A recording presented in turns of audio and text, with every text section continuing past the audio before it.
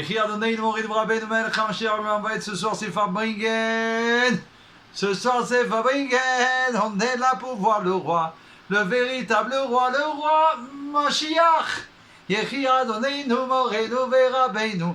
Melech HaMoshiach Leolam Vaed. Ce soir c'est la Iloula du célèbre, illustre Ari Akadosh. Et Baruch Hashem, par son mérite, on va transmettre particulièrement pour les enfants d'Israël et exceptionnellement pour toutes les nations du monde. Yehi Melech HaMashiach, bienvenue Meir Alexandre. Israël Shekli, soyez les bienvenus en direct, live sur Facebook. Savoir la vérité, la transmettre, la vérité de la Torah de Moshe Rabbeinu pour transmettre aux nations du monde une bonne foi pour toutes. Be'ezrat Hashem, et pour ça il faut faire les Chaim, Lechi, Adoneinu, Oreinu ve'Rabbeinu, Melech HaMoshiach le'olam va'ed, Retzoneinu lirot et malkeinu baruch ata Adonai, Eloheinu melech ha'olam she'akol niya bidvaro. Lechaim, Lechaim, Lechaim les amis, Be'ezrat Hashem, ce soir c'est Farbringen. On est là pour voir le roi, associé de la Géoula Meir Alexandre Yechiamer. Ce soir c'est Farbringen pour l'éternité. Associé pour l'éternité, quand on s'engage pour le rabbi, c'est pour toujours. Même si tu veux t'arrêter, tu peux plus. Parce que le rabbi te dit, maintenant je me suis attaché à toi, donc tu peux plus reculer, tu peux plus jamais arrêter. Baruch Hashem, soyez les bienvenus pour la Géoula Mitzvah Shlema, Jacob Haddad, Love You Forever à tous. Très important ce soir, je vous demande, c'est une petite introduction. On peut pas faire de musique, mais bientôt on va faire la vraie musique d'Agioula et ça va être tout de suite, immédiatement. Maintenant, Rivka, bienvenue. Elle a été bloquée, elle est restée en Eretz HaKodesh. Waouh, waouh, waouh. Et j'ai dit, Mazal Tov, restez là-bas. Ouais. Il réclame Shavitov. J'ai pas entendu, qu'est-ce que tu veux dire, Meyer? Ah ouais, que Dieu soit béni, Baruch Hashem. Dieu nous a envoyé en mission Géoula avec Sarah. Et qui est mon élève depuis plus de 30 ans, Baruch Hashem, grâce à Dieu, qu'il soit béni Hashem.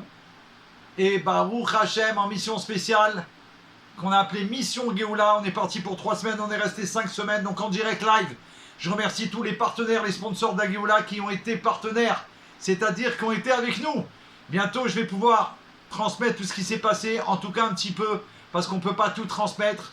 C'est des merveilles merveilleuses. Jacob Haddad, Mashiach Now. Hervé, bienvenue, welcome, Hervé Sabat. Tous soyez bénis de la Géoula. On attend le roi Mashiach, on l'attend. Comment on l'attend? Justement, on va voir comment on l'attend. C'est pas une attente et on est là. On attend le Mashiach, très vrai. S'il y a un bruit, tu me dis là, tranquille. C'est pas ça. Actif. Une attente active, Bezrizout. Le fait de remuer ciel et terre. Ciel et terre, c'est messieurs, ma terre, mes 4 coudées, moi, mon intérieur, me retourner, transformer véritablement. Et là, Baruch Hashem, on devient un exemple vivant pour le monde. Et tout le monde, quand il te voit retourner, te retourner, et tout retourner en toi, Baruch Hashem, il veut faire que la même chose que toi. Il faut prier pour la Géoula, bien sûr qu'on prie. Mais il faut être Bessimra parce que Dieu fait des miracles et des merveilles. On va le voir tout de suite ce soir. Waouh! Ce soir, c'est Farbringen. On va voir le roi Mashiach. Ce soir c'est Farbringen pour la Géoula. Yehi Adonenu, Morenu Verabenu, Melech HaMoshiach, le'olam va'ed. On a fait une mission extraordinaire où on a eu un retour de nos frères qui nous ont accueillis avec amour, avec joie, mais pas amour et joie, avec un amour débordant qui... Waouh! On est devenus fous amoureux d'eux, nos frères en Eretz HaKodesh. Avant nous aussi, on était fous amoureux d'eux. Mais là, ça dépasse l'entendement. Et Baruch Hashem, la gentillesse qu'ils ont eue pour nous à chaque instant. La gentillesse dans tous les détails, même pour prendre un café, pour n'importe quoi. Jamais on n'a vu des merveilles. En kamocha baolam. Il n'y a rien comme le peuple d'Israël dans le monde. Puisse Dieu qu'on soit et être l'exemple d'Ugma Chaya. Que le monde entier, toutes les nations, elles prennent exemple sur les enfants d'Israël. Et là, ils vont comprendre ce que c'est qu'Eretz HaKodesh. L'amour que Dieu il porte sur nous. Et on va le voir tout de suite dans les mots du Rabbi Melech HaMashiach. Le roi Mashiach, now, now, now.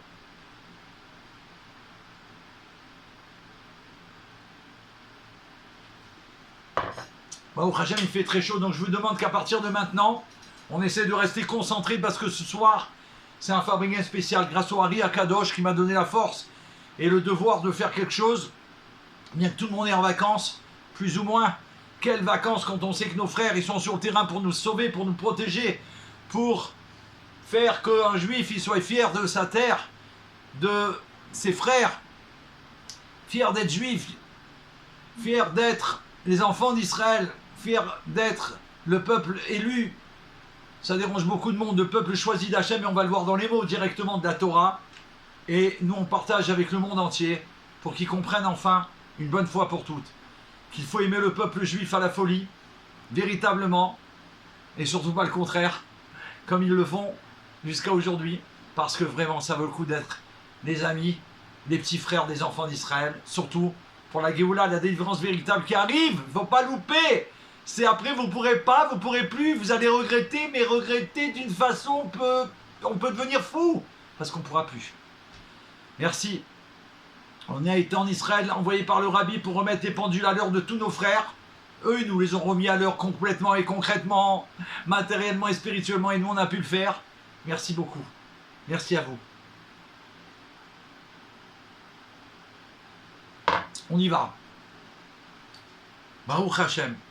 On va commencer par une chose que le Rabbi demande, une mission qui appartient au peuple juif de faire savoir aux nations du monde la vérité, qui se trouve dans le premier commentaire de Rashi.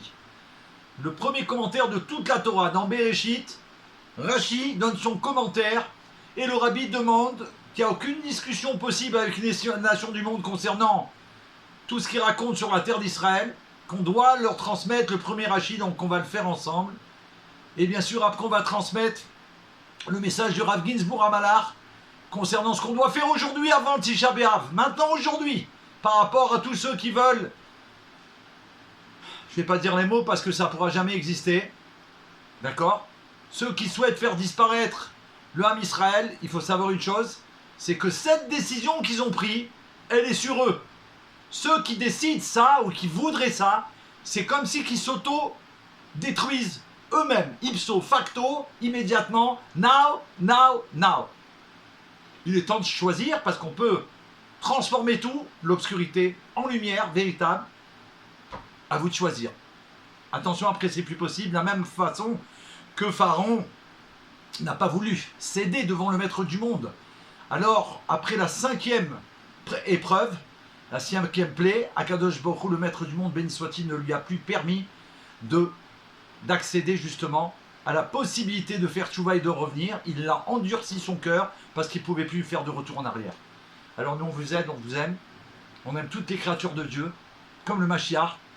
Le Rabbi l'a dévoilé cette semaine, un enseignement extraordinaire, que le Mashiach il aimait tous les enfants d'Israël d'un amour, waouh, et qu'il aimait toutes les créatures d'un amour, waouh, et qu'il aimait toute la création d'un amour, waouh, et que le Rabbi Melech HaMashiach il nous transmet cet enseignement en nous disant il faut imiter le Mashiach, que nous on doit vous aimer à la folie, et c'est ce qu'on fait en vous transmettant les 7 lois de Noé et en vous transmettant la vérité de la Torah. C'est le plus grand amour qui soit, parce que grâce à ça vous aurez droit à une part au monde futur, et sinon vous aurez droit à ce que vous avez décidé de faire, que Dieu en préserve, contre les enfants d'Israël, c'est-à-dire contre Dieu lui-même. On y va? Prêt? Ready? Donc je rappelle qu'à la 8e minute 45 on démarre, ce qu'il faut transmettre à tout le monde. Merci à vous. Comme on connaît, on va expliquer le premier Rashi de la Torah, dans le Dvar Malchut du roi Mashiach bien sûr, et comme c'est rapporté, on sait que Bereshit c'est le premier mot de la Torah, mais il est l'ensemble de la Torah lui-même, puisque la Torah commence par Bereshit, Bara, Elohim et Hashamayim et Haaretz. On doit donc y découvrir, dit le Rabbi, le fondement de la loi écrite, de la loi orale. Et nos sages, ils se demandent pour quelle raison la Torah est introduite par ce terme, Bereshit. Et ils y voient une allusion aux 2 préalables. Bet, Réchit, 2 commencements, la Torah et Israël, pour lesquels la création fut réalisée. Et bien plus, dit le Melech HaMashiach, Israël dépasse la Torah, car la pensée d'Israël prima toute autre chose. Déjà rien que de savoir ça, on devient fou de joie. L'aspect d'Israël qui transcende le monde ne fut pas le préalable à la création. Il est dit en effet que tu nous as élus d'entre tous les peuples. Et l'on peut en déduire qu'une comparaison doit pouvoir être faite avec ces peuples. Si ce n'est pas le cas, l'élévation résultant de cette élection n'aurait aucun sens. Il explique, le Rabbi Melech HaMashiach, que l'élection d'Israël par Dieu ne fut pas un choix raisonné, mais l'effet de son essence, Atzmut. Si elle pouvait être expliquée, elle ne serait pas libre. Elle dépasse, l'essence dépasse en fait toutes les explications logiques. C'est pour cela que l'Admour Azaken, le Baal HaTanya, le maître du Tanya Kadisha, précise dans le Tanya que cette élection sur Israël porta sur le corps physique d'un juif. Un corps physique qui dans son aspect extérieur est identique à celui des nations. Bien plus, un juif, du fait qu'il ne consomme que des aliments cachers, en tire une élévation physique. N'est-ce pas? Ce n'est donc pas à ce stade que se porta le choix de Dieu, mais bien sur le corps physique, tel qu'il est dans toute sa grossièreté, avant même d'absorber une nourriture cachère. Ce qui vient d'être dit est une évidence non seulement pour les Juifs, mais aussi pour les autres nations, qui, parlant des Juifs, font référence au peuple élu. Les nations du monde eux-mêmes disent, en parlant de nous, le peuple élu, tous savent que les Juifs ont possédé 2 Beth Amikdash, 2 temples. Le premier, à l'époque de David et de Shlomo, son fils, des 2 rois, et le second, à une période ultérieure. Toutes les nations du monde, ils savent qu'il y a eu le temple, Baruch Hashem. Les 2, Baruch Hashem, nous dit le Rabbi, béni soit-il, les 2 seront intégralement rendus au peuple juif lors de la délivrance. On va retrouver prochainement le 3e Beth Amikdash immédiatement, celui-là qui ne va plus jamais disparaître puisqu'il va être là pour l'éternité avec la grâce de Dieu.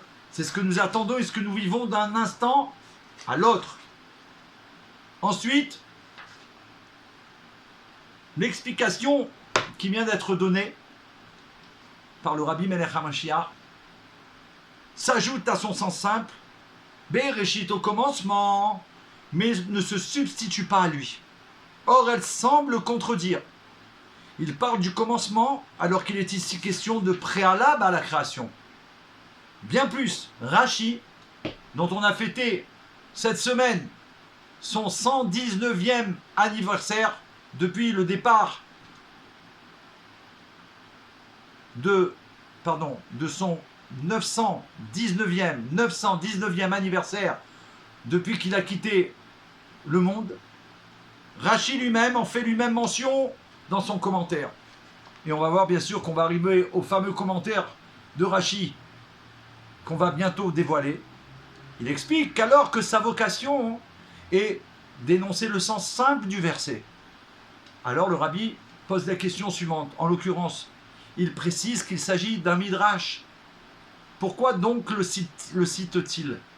Bien plus, pourquoi l'introduire avant même l'énoncé du sens simple? Question du Rabbi concernant Rashi sur ce verset. Voici l'explication. La Torah et le peuple juif sont la finalité de la création, non pas telle qu'ils se trouvent dans leur source spirituelle élevée, mais comme ils sont ici-bas dans le monde, dont ils sont partie intégrante. Nous disons dans la prière que tu nous as choisis d'entre toutes les nations et les langues, le langage, le Lashon HaKodesh, la langue sainte.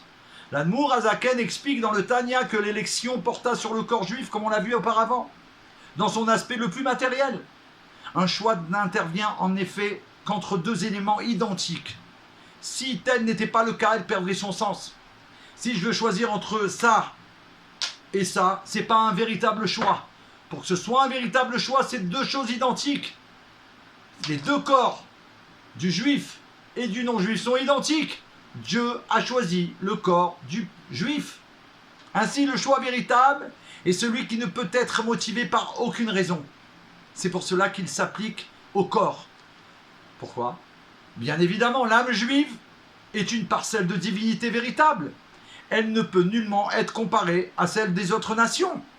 Les juifs sont... Bien sûr, il veut dire par là le rabbi, si Dieu il avait choisi l'âme du peuple juif, on est complètement différent puisqu'on a une âme divine en nous. Donc ce ne serait pas véritablement un choix. Eux, les nations ne l'ont pas. Ils ont une âme, un nefesh, mais pas une âme divine. Donc il précise que c'est bien le corps qui est semblable au corps des nations du monde que Dieu a fait son choix et il a élu le peuple juif. Les juifs sont également différents des autres peuples. Seul leur corps, tel qu'il se trouve ici-bas, leur est comparable. C'est donc pour ce qui le concerne qu'intervint le choix divin. Bien plus, le Tanya fait allusion au corps le plus grossier et non à celui qui a reçu l'élévation par une alimentation cachère. Il dit avant même, Dieu il a choisi le corps avant même qu'on ait déjà réalisé de manger cachère, tel qu'on est à l'origine, à l'état brut on dirait. Il fait allusion à ce qui fut créé à partir de la poussière. À ce moment-là, il nous choisit. C'est là ce qui fit l'objet de l'élection divine. Ainsi, Dieu subvient aux besoins des autres peuples, au même titre qu'à ceux des Juifs. Seule la volonté de Dieu explique l'élection d'Israël, qui, en ce sens, est bien le début de la création. De ce point de vue, le corps juif, dans toute sa grossièreté, possède une élévation intrinsèque, ayant fait l'objet de l'élection divine qui émane de son essence. Il en va de même également pour la Torah. Il est dit qu'elle n'est pas dans le ciel. La halakha, la loi juive, est tranchée ici-bas par les hommes, en fonction de considérations matérielles. Les préceptes, à propos de cela, rappelez-vous, on l'a déjà expliqué de nombreuses fois, le psak din qui a élu le rabbi en tant que Mashiach a été fait sur terre, pas dans le ciel. Ensuite, il a été accepté dans le tribunal céleste. Lechaim, lechaim.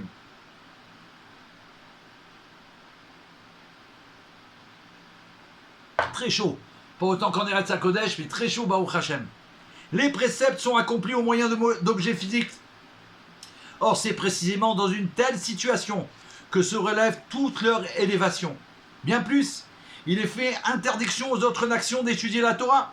Toutefois, la Torah, même descendue ici-bas, conserve sa sainteté. Un juif, en revanche, prend une apparence matérielle et grossière. Néanmoins, la pensée d'Israël prima toute autre chose, y compris la Torah. Bien évidemment, aujourd'hui, grâce à Dieu, le rabbi il explique qu'en fait, normalement, les bnei noirs, là il a parlé des non-juifs en tant que non-juifs, pas en tant que bnei noirs, ils n'ont pas le droit d'étudier la Torah. Ceux qui deviennent des noirs, ils doivent étudier la Torah, et particulièrement les lois de Noé, et tout ce qui concerne les 7 lois de Noé, allez voir dans la Torah pour les apprendre et les respecter, et les appliquer. Et nous, comme on sait, depuis Baruch Hashem, quelques années, l'un des plus grands élèves du Rabbi Melech HaMashiach a fait savoir que maintenant, le temps de la délivrance est arrivé, qu'on doit transmettre toute la Torah aux nations du monde, Baruch Hashem, pas pour qu'ils deviennent juifs spécialement, bien qu'il y en a qui vont le faire, mais pour qu'ils fassent les 7 lois de Noé d'une manière véritable et authentique, afin de devenir des justes parmi les nations du monde. C'est une parenthèse qui était importante que je transmette, puisqu'on vit avec ces cours depuis des années, grâce à Dieu. Donc le rabbi, là, quand il parle de l'interdiction d'apprendre la Torah aux non-juifs en tant que non-juif, pas en tant que bnei noir ou en tant que quelqu'un qui voudrait se convertir. On parle de ça, ceux-là qui font rien du tout et qui veulent rien faire et qui voudraient apprendre la Torah. Baruch Hashem. On peut ainsi faire le lien. Continue le Rabbi Melech HaMashiach. J'espère que c'est assez clair les amis parce que c'est fondamental ce qu'il y a ce soir. Et c'est en l'honneur du Hari Akadosh qui soit béni. Bien sûr qu'on va transmettre un enseignement féerique du Hari Akadosh. Et là il explique le Rabbi, on peut ainsi faire le lien avec le premier commentaire de Rashi. On y va, on y arrive. Pourquoi? Tout le but du cours de ce soir, grâce au Hari Akadosh qui m'a donné la force, surtout qu'il a transmis. Donc on va dire tout de suite l'enseignement du Hari Akadosh. Le Hari Akadosh à son époque, ça remonte à, puisque l'Admour HaZaken c'est 250 environ. Shem Tov, ça veut dire il y a environ 300 je crois, un peu plus de 300-350 ans certainement. J'ai pas trop les dates en tête, pour ça je suis pas un spécialiste. Je suis un spécialiste en Géoula, c'est tout. Yehi Amelech HaMashiach. Alors, en tout cas, le Ari Akadosh, à son époque, a fait savoir que la dernière génération sera la génération de la réincarnation de celle de Moshe Rabbeinu. Donc, on a déjà dit plusieurs fois, mais là c'est important de dire, puisque c'est son anniversaire ce soir, dans quelques minutes en Israël, il doit faire nuit déjà, donc c'est déjà son anniversaire, le 5 Menachem Av. Là-bas, il explique qu'on peut faire le lien avec, donc il est dit le Ari Akadosh, la dernière génération sera la réincarnation de celle de Moshe Rabbeinu. Il a fallu attendre la génération du Rabbi, la nôtre, la 7e génération, depuis le premier Rabbi de Chabad, pour découvrir grâce au Rabbi qu'on est la dernière génération de l'exil, la première de la délivrance. C'est nous qui sommes la réincarnation de celle de Moshe. Donc à nous de transmettre la parole du roi à toutes les nations du monde. On y va, vous êtes prêts? Voici le commentaire de Rashi. Sur le premier commentaire de Rashi sur toute la Torah. Dans le livre Bereshit, bien sûr. Pourquoi la Torah commence-t-elle par Bereshit? Parce qu'il entendit faire connaître à son peuple la puissance de ses actions. Afin de leur donner l'héritage des nations. Si les peuples du monde, écoutez bien, c'est ce qu'ils se disent depuis toujours, et encore plus ces derniers temps. Si les peuples du monde disent à Israël, vous êtes des voleurs, vous qui avez conquis les territoires de sept peuples, on leur répondra. C'est le premier Rashi de la Torah, ça veut dire quand ils achètent un livre, parce qu'ils en achètent beaucoup, alors il faut leur dire d'aller voir le commentaire de Rashi. Presque 910 ans qu'il est parti, donc ça fait presque plus de 1000 ans qu'il a déjà annoncé la couleur. Et c'est un Français, Baruch Hashem. On leur répondra, on va leur répondre aux nations du monde, à ceux qui vont nous traiter de voleurs. La terre entière appartient au Saint, béni soit-il. Il la créa et la donna à qui bon lui semblait. Par un effet de sa volonté, il la leur reprit et nous la donna. Ainsi, dit le roi Mashiach, la qualité d'Israël apparaît ici-bas dans le monde, au point que d'autres nations puissent l'éprouver également. Celles-ci, les nations du monde, pourraient accuser Israël du vol. Dieu affirme donc avoir choisi le peuple juif. La terre élue fut ainsi confiée au peuple élu. Merci Hachem pour l'éternité. C'est précisément dans ce monde matériel que l'élection d'Israël apparaît de la façon la plus claire. Ce qui vient d'être dit permet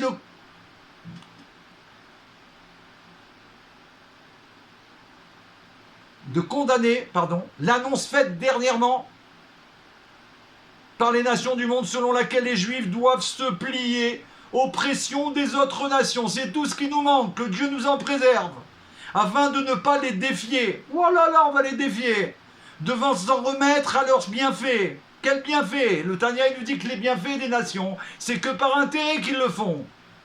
Bien plus, il a été dit que leur salut dépendait de pays étrangers, ce qu'à Dieu ne plaise. Puisse Dieu nous préserver de penser que la pérennité d'Israël est remise en cause. Le peuple juif élu de Dieu est éternel. Bien plus, le monde entier fut créé pour chaque juif et les autres nations ne peuvent en aucune façon s'en rendre maître. Fin de citation. Baruch Hashem, Yehi Amelech HaMashiach. On arrive à la fin. Ça transmet aux nations du monde avec le Kohar de Yehi Amelech. Baruch Hashem, l'envoyé du roi Mashiach pour la Géoula Mitzvah Bashlema. Et on termine. Puisse Dieu faire que se réalise. Ils avancèrent, nous les enfants d'Israël, et l'on fut saisis par la crainte. Chitat, Chumash Teim Tanya. Et l'Isheva est arrivé juste au moment où on dit ça. Depuis plus d'un mois, elle a pris sur elle de faire le Chitat, elle ne lâche pas tous les jours. Regardez ce qu'il dit le roi Mashiach. Puisse Dieu faire que se réalise le verset. Ils avancèrent et l'on fut saisis par la crainte, Chitat de Dieu. Les nations du monde, ils ont tremblé quand ils ont vu les enfants d'Israël avancer avec Yaakov Avinu. Et ses enfants, ses fils, les 12 chefs de tribu, qui avaient, grâce à Shimon et Lévi, fait vengeance pour leur sœur Dina, à qui on avait fait un outrage, que Dieu en préserve. Et Baruch Hashem, Chitat, après ce qu'ils ont fait, anéantit complètement tous ceux qui ont voulu s'associer à ces voyous, à ces monstres. Baruch Hashem, Chitat, ils les ont découpés en deux, en diagonale, d'une puissance divine. La crainte est arrivé sur les nations du monde. Tous les Juifs, dit le Rabbi, quitteront ainsi l'exil pour connaître la délivrance véritable et complète. Si la venue du Mashiach est retardée, ce qu'à Dieu ne plaise, alors ce sera l'instant suivant. Mais c'est maintenant, immédiatement, qu'on va vivre ça, Bezrat Hashem. Et comme c'est rapporté dans le Sefer du Rambam, Yad HaChazaka, Baruch Hashem, l'œuvre magistrale du Rambam Maïmonide, la terre, alors, bien sûr, ça va être maintenant puisque la Géoula va s'installer, la terre s'emplira de connaissance de Dieu comme l'eau recouvre le fond de la mer. Cette expression décrivant la situation qui prévaudra lors de la délivrance véritable et complète, immédiatement, maintenant, véritablement, à transmettre à toutes les nations du monde la réponse qu'on doit faire s'ils osent nous parler que la terre d'Israël appartient pas aux enfants d'Israël et qu'on l'aurait volée. On a la réponse de la Torah, rien d'autre. Ni on s'assoit pour parler, ni on s'assoit pour parler de ça, ni on envisage peut-être qu'on va parler. Il n'y a rien du tout à envisager de parler. Le premier Rashi, on leur cite la page, ils vont la prendre, c'est à eux de voir s'ils ont besoin d'une preuve. La terre nous appartient pour l'éternité, à nous le peuple élu de Dieu. Et tout de suite, on va transmettre le message concernant ce qui se passe aujourd'hui. Qu'est-ce qu'on doit faire par rapport à toutes ces menaces? Que Dieu nous en préserve. Déjà, la première des choses, nous dit le Rabbi, ne pas avoir peur, Chas v'Shalom. Jamais, sauf de Dieu, qu'il soit béni à jamais. Et de transmettre. Au nom du Rav Ginsburg Amalar, son élève, quand j'ai mérité que Dieu soit béni, m'avoir fait mériter de passer un Shabbat auprès de lui, en Eretz HaKodesh, le Shabbat Mevarchim du mois de Tammuz en plus, Baruch Hashem, grâce au voyage Mission Géoula qu'on a pu faire, et grâce à mon Rav, qu'il soit béni, Rav Yitzhak Ben Dina, Israël Ben Dina, qui m'a demandé, quand j'ai commencé à mettre en place le voyage avec Sarah Batrivka, qui est mon associé, Baruch Hashem, est d'abord mon élève, Baruch Hashem, avec qui on a été pour une mission géolatique, pour aider nos frères et nos sœurs, Baruch Hashem, et que j'ai demandé au Rabbi si, bon, on pouvait le faire, ça veut dire, est-ce que c'est sûr que c'est la volonté de Dieu, ou c'est juste notre Yetzirah qui nous dit, vas-y, tu te prends pour qui? Pour vouloir aider les enfants d'Israël qui tuaient. Baruch Hashem, on a une bracha extraordinaire du Rabbi, tellement immense qu'on devait rester 3 semaines, et on est resté, en fin de compte, on a rajouté 2 semaines, Dieu soit béni. Donc, Baruch Hashem, le Rav Ginsburg a transmis, il y a quelques jours, bien qu'il était à l'hôpital, et que Baruch Hashem continue à transmettre les merveilles pour déclencher la révélation du Mashiach, et surtout après ce qu'on a entendu par rapport à tout Tisha B'Av, que les nations du monde, certains qui se prennent pour les maîtres du monde, voudraient faire à Israël, que Dieu nous en préserve, déjà de parler sur Israël, c'est-à-dire sur la prunelle des yeux de Dieu. Waouh, qu'est-ce qu'ils risquent? Alors, Chitat, on a compris, mais on va écouter l'enseignement du Rav Ginsburg Amalar sur un commentaire du Or Achaim Akadosh, qui est l'ancêtre de mon Rav Yitzhak Israël Ben Dina. J'ai oublié de dire la fin. Rav Yitzhak Ben Dina m'a demandé expressément, avant que je voyage, de changer mon vol et de partir avant. J'ai dit, mais Rav, on a tout organisé et tout. Il m'a dit, vous partez avant, sinon vous allez peut-être pas pouvoir partir. Et grâce au Rav que j'ai écouté, à Selecha Rav, on a mérité, Baruch Hashem, dans le voyage, qu'on est arrivé 8 jours avant. Et grâce à ça, j'ai pu mériter d'aller passer le Shabbat avec Rav Ginsburg Amalar. Si j'avais été la semaine d'après, il était à l'hôpital, et je ne l'aurais pas vu, et il n'y aurait pas eu tout ce qui s'est passé. Quelque chose de fou, véritablement. Echaim, Echaim. Donc je vais transmettre son enseignement puissant, divin, toranique. Echaim, Echaim.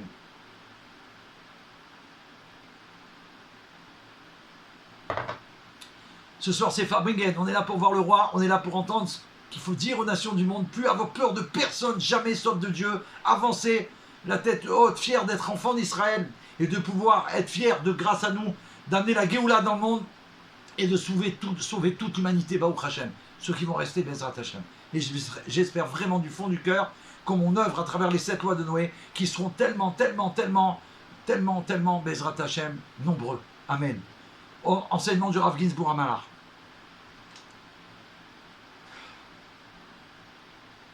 Le commentaire du Or Chaim Akadosh sur la Torah.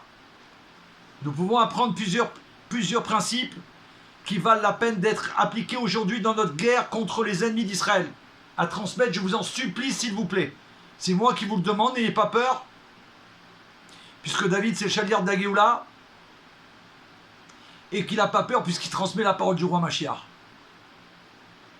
J'ai surtout peur pour eux. Ça c'est vrai. J'ai très peur pour eux. Dans la partie de la Torah de Pinchas, qu'on a fait il n'y a pas longtemps, quelques semaines, et j'étais en Eretz Israël justement, chez le Rav Ginsburg, Dieu dit à Moïse, à Moshe Rabbeinu, harcèle les Midianites et frappe-les, car ils vous ont harcelé par leur conspiration constante contre vous dans l'affaire de Péor et dans l'affaire de Cosbi, la fille du chef de Midian, leur sœur, qui a été frappée le jour de la peste à cause de Péor, voire Paracha Pinchas, comme c'est rapporté dans le livre des Nombres 25, chapitres, versets 17 et 18. Le commandement harcèle-les et frappez-les, il a plusieurs interprétations, nous dit le Rav Ginsburg Amalar, au nom du Or HaChaim HaKadosh, qui sont toutes pertinentes pour nous. À partir de là, il explique, nos sages ont dit, si quelqu'un vient vous tuer, il désire nous tuer, et on sait qu'aujourd'hui il le désire véritablement, puisqu'ils le disent haut et fort, levez-vous plutôt qu'eux, avant eux, Bezrizout, pour les tuer en premier.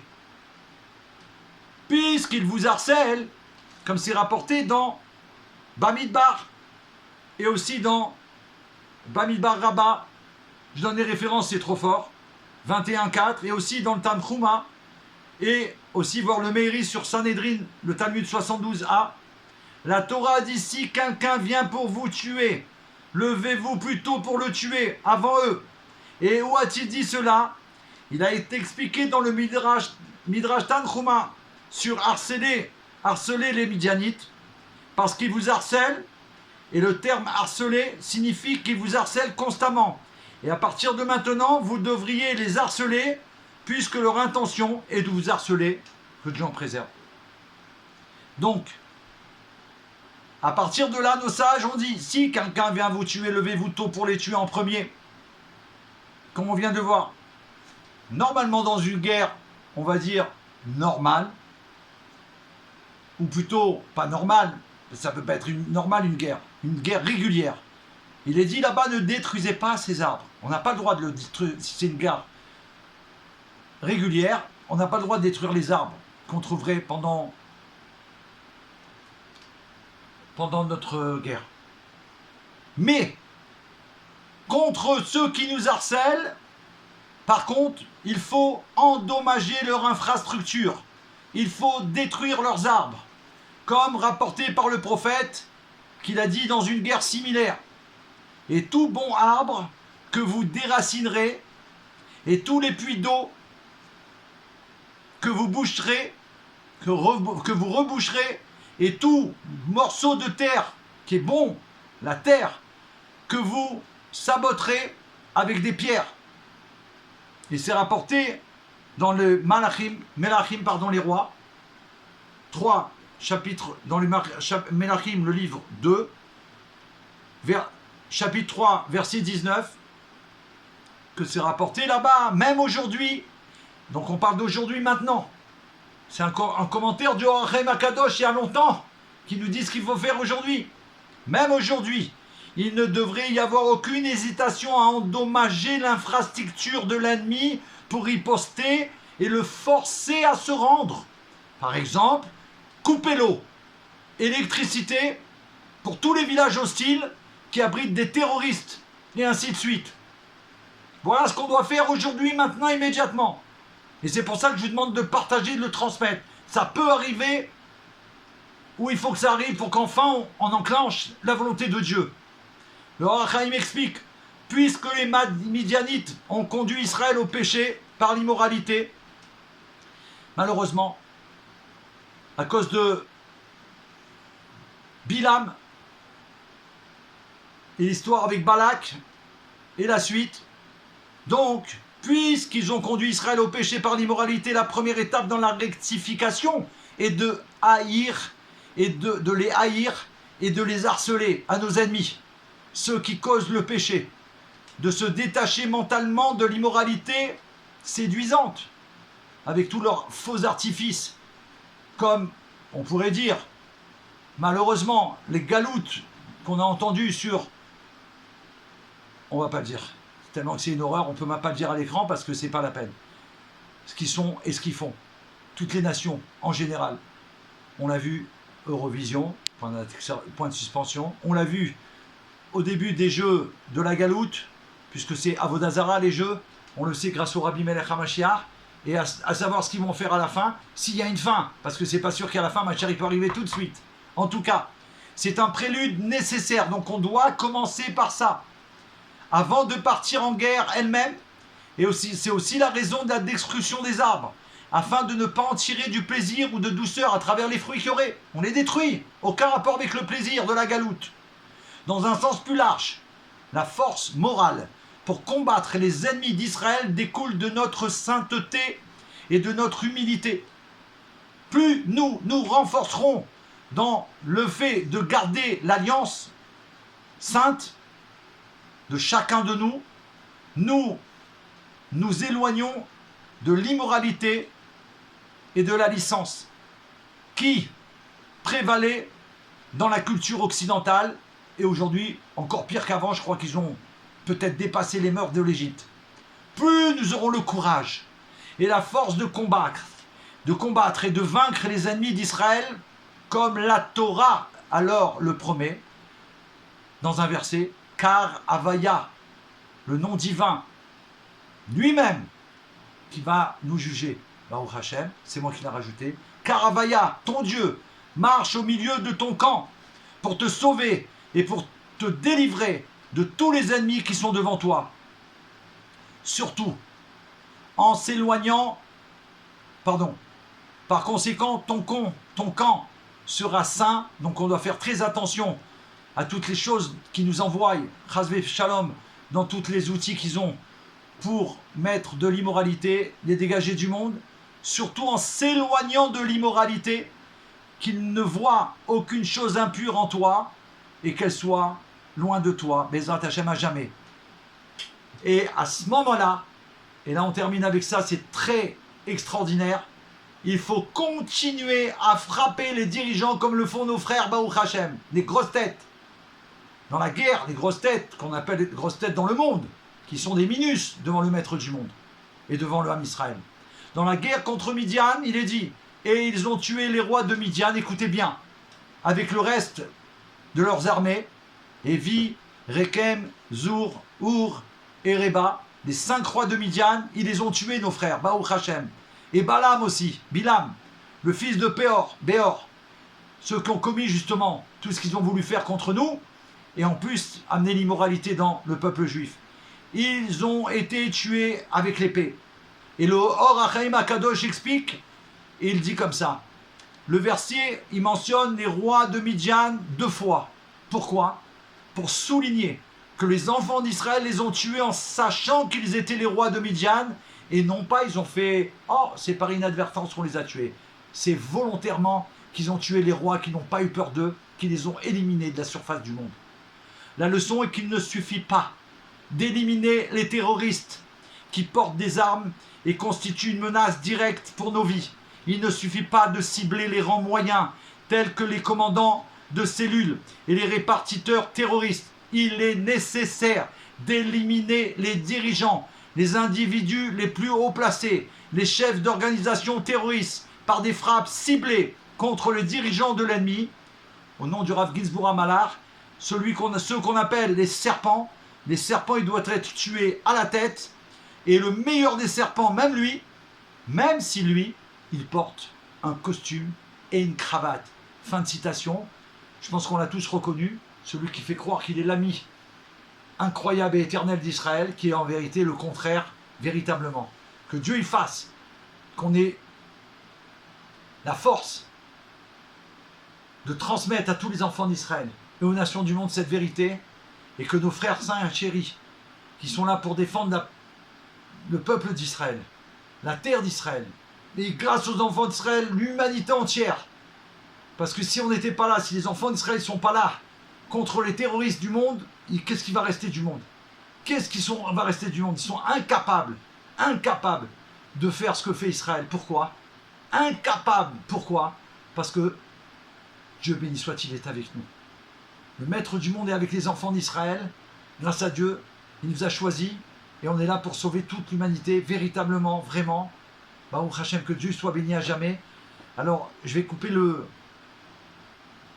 je fais un enregistrement aussi pour YouTube et je vais continuer le Farbringen avec vous, bien sûr, parce que ça, il fallait le transmettre et je vais le partager. Donc, vous pourrez prendre la vidéo sur YouTube, c'est ça là qu'il faudra transmettre à tout le monde. Le reste, c'est le Farbringen de ce soir par rapport à Tisha B'Av. Donc, c'est un plus qu'on va rajouter ce soir les paroles du roi Mashiach tout de suite, maintenant, immédiatement. Donc, au nom du Harizal, qu'on mérite que Baruch Hashem, grâce à lui, il a dit qu'on était la réincarnation de celle de Moshe, que le Moshe de notre génération, c'est le Rabbi Melech HaMashiach, que tous les acteurs de la Géoula, ils sont là, et qu'on est là pour déclencher véritablement, que immédiatement, Baruch Hashem, Dieu va se révéler dans le monde, il va enfin, Baruch Hashem, être le roi de tous les rois, au-dessus de tout le monde, dirigeant du peuple juif et de toute l'humanité, par son Melech HaMashiach, le Rabbi, immédiatement, maintenant, véritablement. Eliaou, Yechia Melech HaMashiach, tout de suite, tout de suite, tout de suite.